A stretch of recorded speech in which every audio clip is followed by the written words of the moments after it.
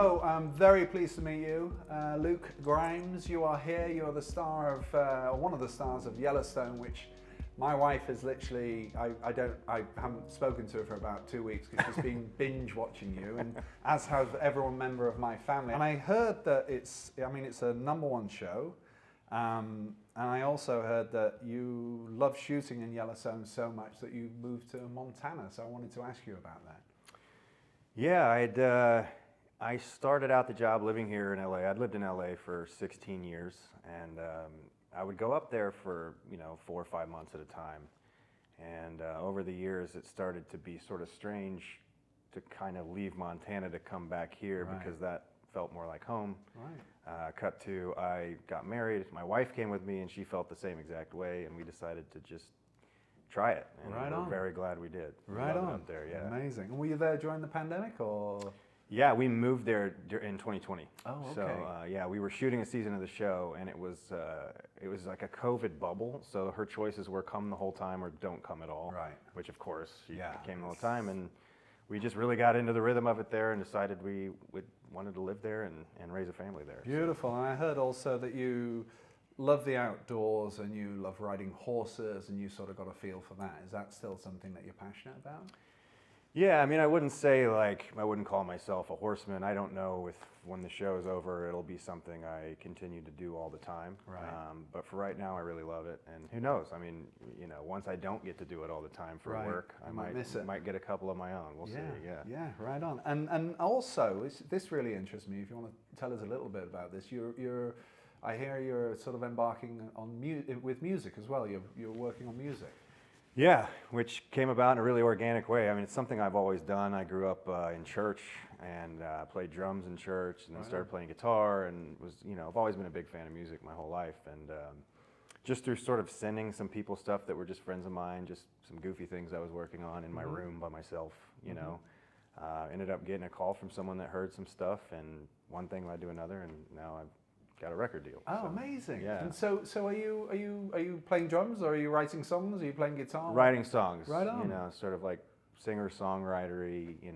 I've yet to record, but it should be end of this year. And what kind of genre, may I ask? I'd say like folky, rocky, country kind of stuff. I signed out of Nashville, so I'll be doing it there. And I big fan of country music. I grew up on that stuff. Right on. Yeah. Right. And did you sing in the church when you were growing up? Were you in the choir? No, just drums. No, really, just singing drums. came later. When I moved to New York and I was 18, it's impossible to have a drum set in New York City. Your neighbors would kill you. Yeah, they will. So I got a guitar, and that's how that started. You're self-taught? Pretty much. Right on. Yeah. Right on. Beautiful. Well, we're really glad you're here, Luke, and thank you for taking the time. Sincerely, it's lovely to meet you, and I really have heard nothing but good things about you from everyone I've spoken to, so that's cool. That's nice. And what we do here at Mr Feelgood, we just jump right in and ask you 20 questions that we've designed that sort of cut away the bullshit and get to the heart of what really matters for all of us as human beings. So I'm going to start off with a quick one, the first one, which is, who the fuck are you? Or who are you, I should say. I'm just Luke. Guy from Ohio, loved movies growing up, was dumb enough to think I could be in them, and went after it, and moved to New York and then LA, and here I am. I was able to make it a career so far. Brilliant. So. Touch wood. God bless you. How are you feeling right now? Hungry, but that's normal. I'm always a little bit hungry. But no, terrible now. We haven't fed you, have we? No, it's been fine. So busy. It's not. Okay. No, it's no one's fault but my own. I'm always a little bit hungry, but no, I feel good. I've had a great day shooting with your awesome team and the people here, and in your beautiful home. It's a great place to be. So you covered this a little bit, but where did you grow up and what was it like? I grew up in Dayton, Ohio. I grew up very, very Christian. My dad was a pastor. Wow. And I went to Christian school. I went to Christian camp. I was very, very religious growing up. But I wouldn't change it for anything. I grew up around some really awesome, kind people, and a really nice, comfortable place to grow up in Ohio. Right on, and I guess it gives you a sort of a base and the principles of life and the things that really matter, right? Yeah, and there wasn't much to do in Ohio except for sit around and try to get good at stuff, which I appreciate. Right. That's pretty amazing. What excites you? Travel, I'd say, is the main thing. Sort of the freedom of being able to go to new places and have new experiences and have things to look forward to that are unknown. Yeah. Good answer. What scares you? The opposite of that, being stuck or feeling like, not feeling free or like being tied down to things really scares me. So confined. Yeah. So I suppose during lockdown, because you were making Yellowstone, then you still felt like you were interacting with the world, so you didn't get the sort of cabin fever. Yeah, we were very lucky to be able to shoot during the pandemic and pre-vaccine and all that stuff. And I think it's only because it was in the middle of nowhere. We didn't really have to worry about it too much. There weren't a lot of cases where we were, and it was just us, in the bubble. So, right. Yeah. What's your proudest achievement? Convincing my wife to marry me, I think.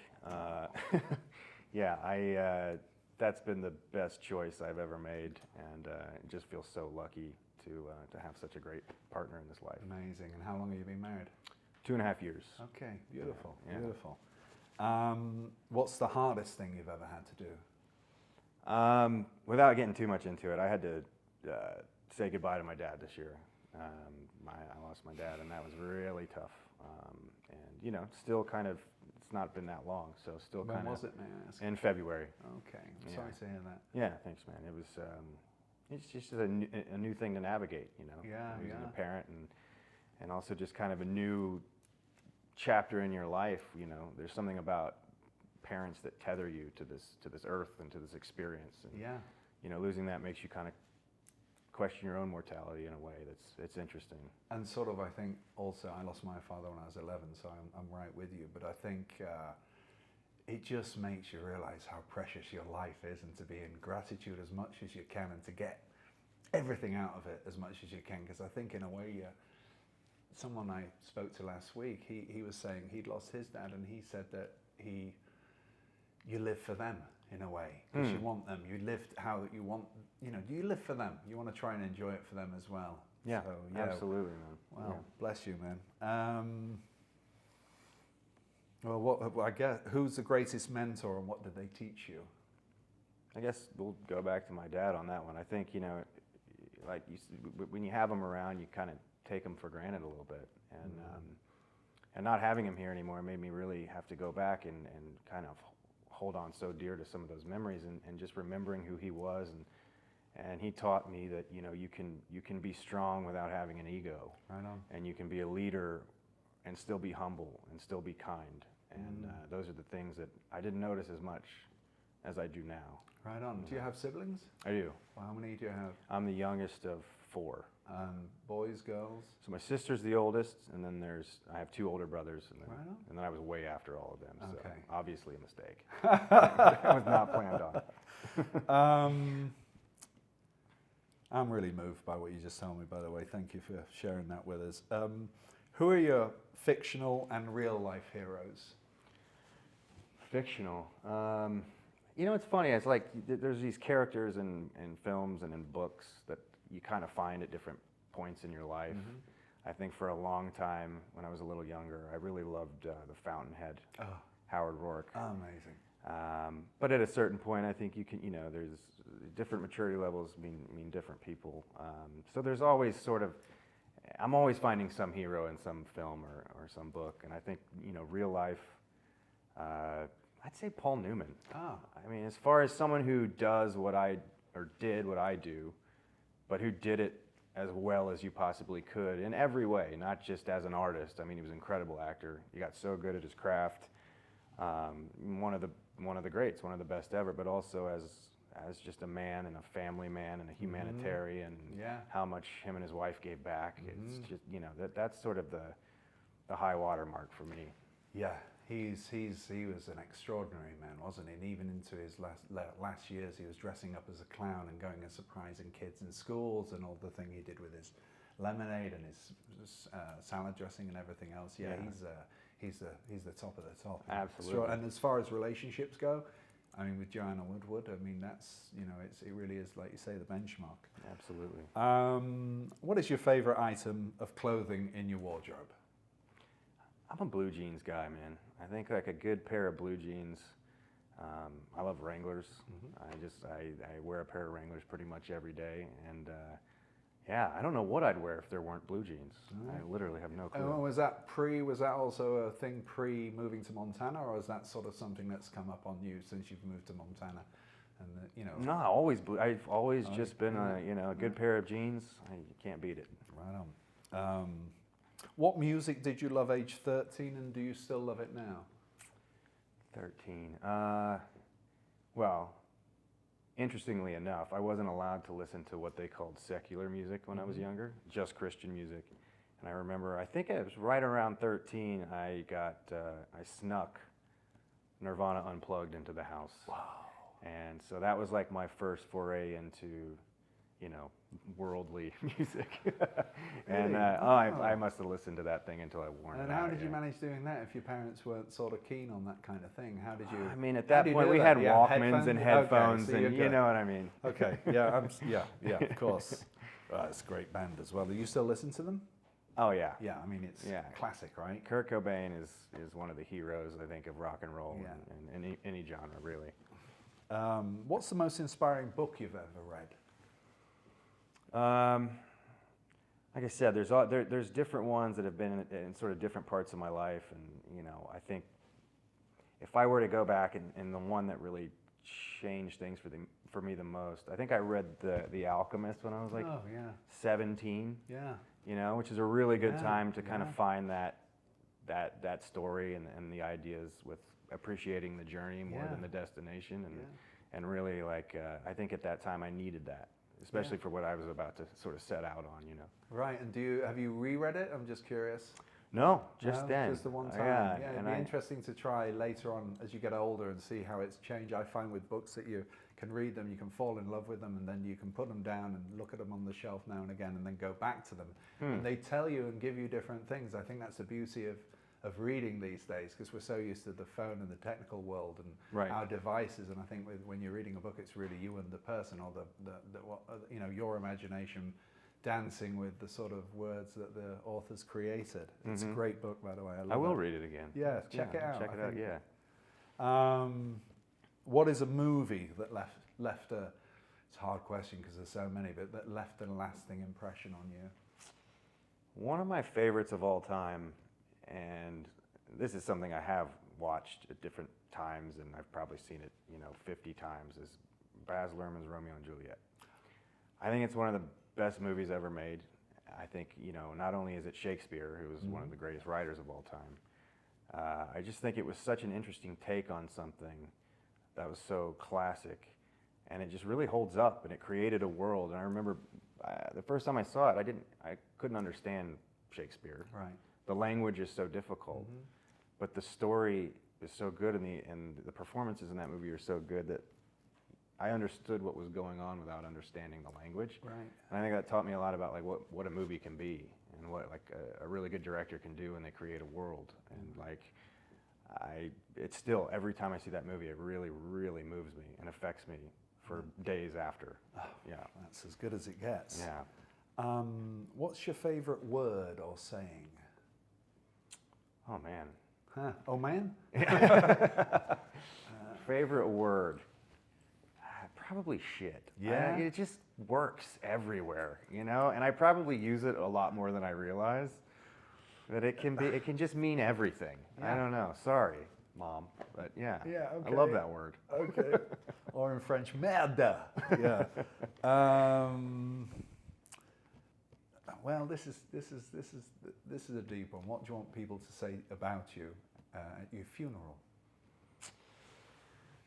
I guess, that I took a big swing, that I gave it a great effort.